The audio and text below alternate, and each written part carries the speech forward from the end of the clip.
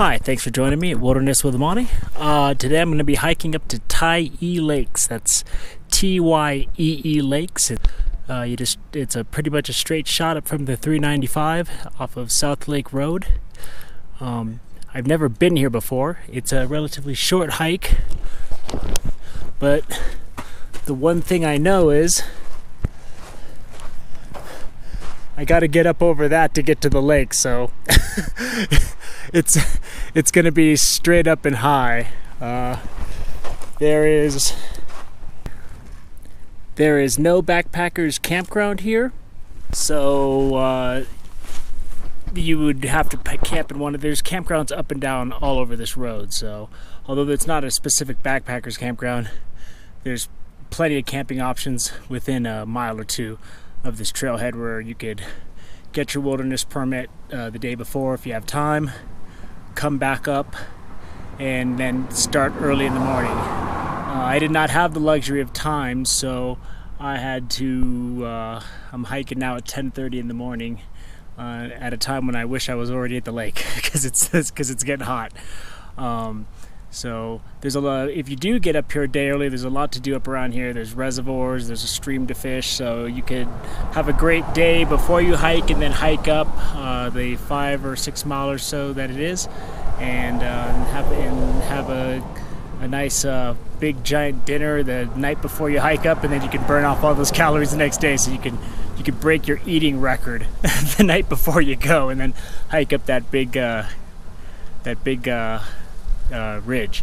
So I'm gonna get started now, and hopefully this isn't too hard in the heat.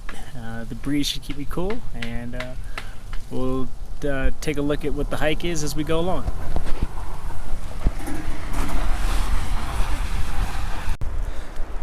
So I'm just getting a start up here, and as I expected, it doesn't leave a lot to the imagination. There's a lot of uphill because there's only one direction to go. So just be ready to get a little winded. Power once again. We are entering the John Muir Wilderness, just in a different portion of it. And this will be onward and upward. I'm pretty fresh on the trail still, probably a half mile in. There's a lot more shade than I thought there'd be. I was really worried about my late start, but I have a feeling that it'll open up once we start climbing that ridge. But this is nice to have this cover right now because the sun's out, and it's really nice. There's a little creek you can hear rushing off to the side. It's a nice, well-defined trail. Obviously, you get some traffic. I've met a couple people. It looks like a few people day hike this, and because it's only about 5 miles, 6 miles, it's totally day hikeable if you travel light and get an early start. If you just want to come up and mess around. So, for those of you with bad knees, maybe bad back, there are a couple sections of this trail that are a little challenging as far as uneven surfaces go. So you're really gonna want to take it slow so that you don't get injured before you even get up there. So, but I mean, it's not too bad, and you know, every trail you're gonna have to step up and over stuff. So I just want to make sure before anyone sets out on this Tyee Lakes trail, they're aware that it's not all just a nice little dirt path. We're making some elevation gains now, and we're making some headway. So there's a nice view of the valley that you drive up to get down to the trailhead, and you really see how dry it is because the desert down there. I mean, we're really in the rain shadow, and it's really beautiful up here. But it's a different experience than when you're hiking through the high meadows. It's once we get up and over though. But as you can see, about a mile and a half in or so, there's quite a bit of tree cover, and I'm loving it because it's the sun's out, and I'm not a big fan of the sun. So this is a pretty nice hike so far. It's not too challenging, and there seems to be, at least so far, shade. Shade is a premium, let me tell you.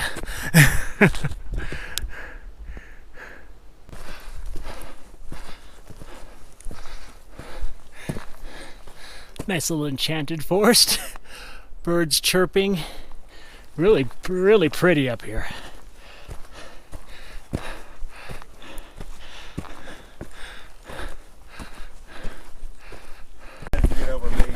So here we are. I got some gentlemen on a day hike. They're coming to explore Tyee Lakes, and they're from Tennessee. And as you see from most of my clips, there's people from all over on these trails. And you are, sir? Rick. You are? Taylor. Grizz. Chops. Rick. Grizz. Treeline. I had to go back. Everybody's got a nickname here. You gotta love it. Stitch. Go figure it out. Stitch. I'm sure when they're hanging out in the bar, I'm sure in the bar those names are flying like crazy. Oh yeah. So what do you guys think of this trail as a day hike? What could you say? Beautiful. Weather's nice. Nice breeze. Stunning. I'm digging the tree cover. I thought I was gonna be exactly. I thought I was gonna be going straight up in the sun, but so this is good. And this gentleman here, Grizz, he says he's been backpacking all over in the Sierras, and he's from Tennessee. What brings you out here so far? Well, bringing these guys out. I mean, I've done Glacier, Colorado, but we haven't spent a lot of time out here yet. Now this is a guy that's got a diverse background in backpacking. Well, you guys enjoy a nice day. Thanks for sharing with Wilderness with Amani, and hopefully I'll see you up there and we'll catch some fish. That'd be nice. Let's do it. Here's a rather nice section of trail. It's got a nice little clear stream bubbling through it. I don't know if I'm ready to do a trapeze act. Walk over that, but those high logs looked a little balancing to me, with this oversized pack I have on. I didn't want to take a tumble into that stream. That way all you would need to do is chronicle my voyage to the hospital. So there's been a lot of exposure, but there's been a lot of tree line, and I'm really loving that. So it's beautiful. There's a lot of aspens along this trail. So something tells me if you catch this in late September, October, you're gonna get that colorful change of season show on certain portions of this trail that you get in a lot of these mountains above Bishop. I've only been hiking for a little while, and I think I'm already at a lake. I've never been here before, but there's a nice little lake right here. Looks like there's a family or a group of people filtering some water over there. That looks nice. Looks like there's some fishing opportunities.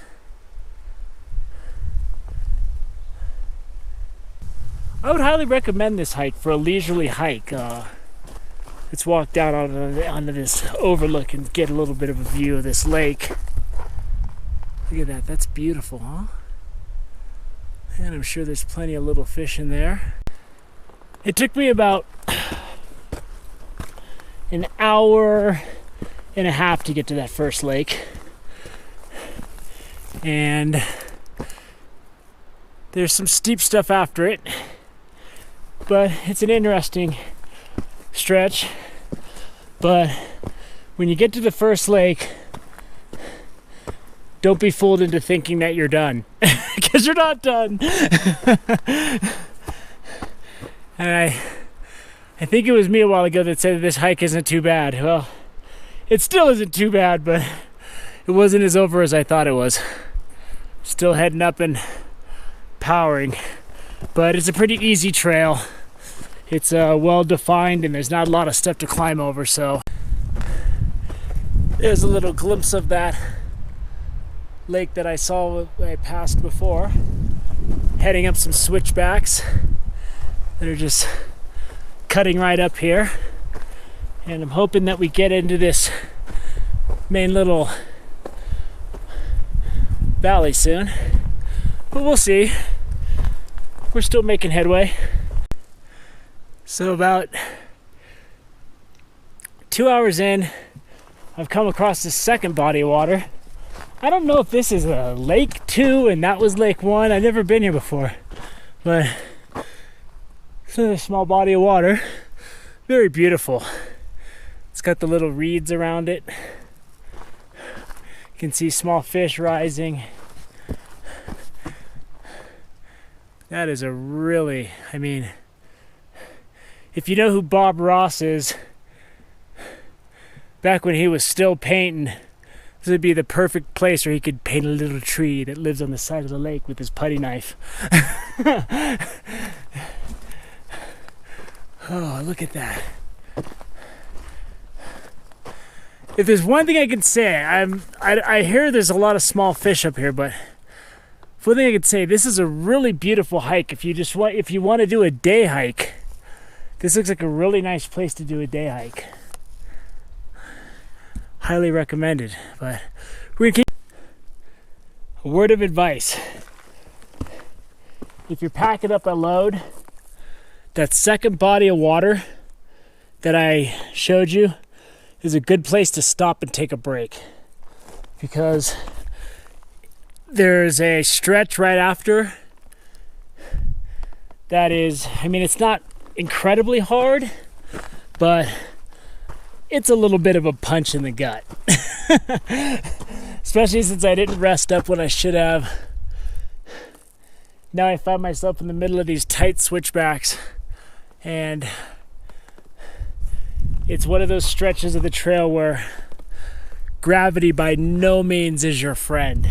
So rest up at that second body of water. I'm not sure if that's a lake 2 or lake 1 or whatever that is.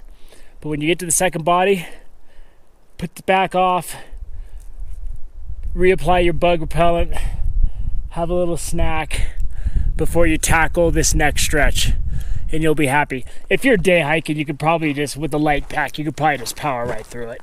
So, but if you're an idiot like me that always carries way too much unnecessary weight, then you definitely want to take a break. So I'm getting up towards the top. There's not too much higher I can possibly go, so that's a good sign. As you can see, these are some rugged mountains up here.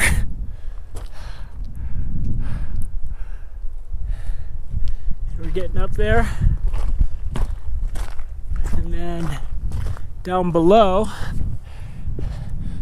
there's that second body of water that I passed down there.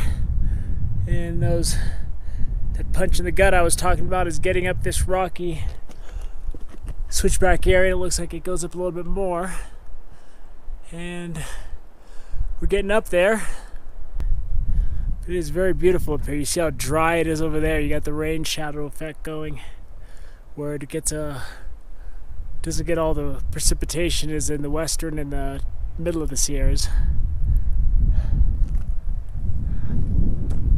But so I believe this is going to be where I'm going to hole up and camp, and I think this is lake number 4, and it is a beautiful lake.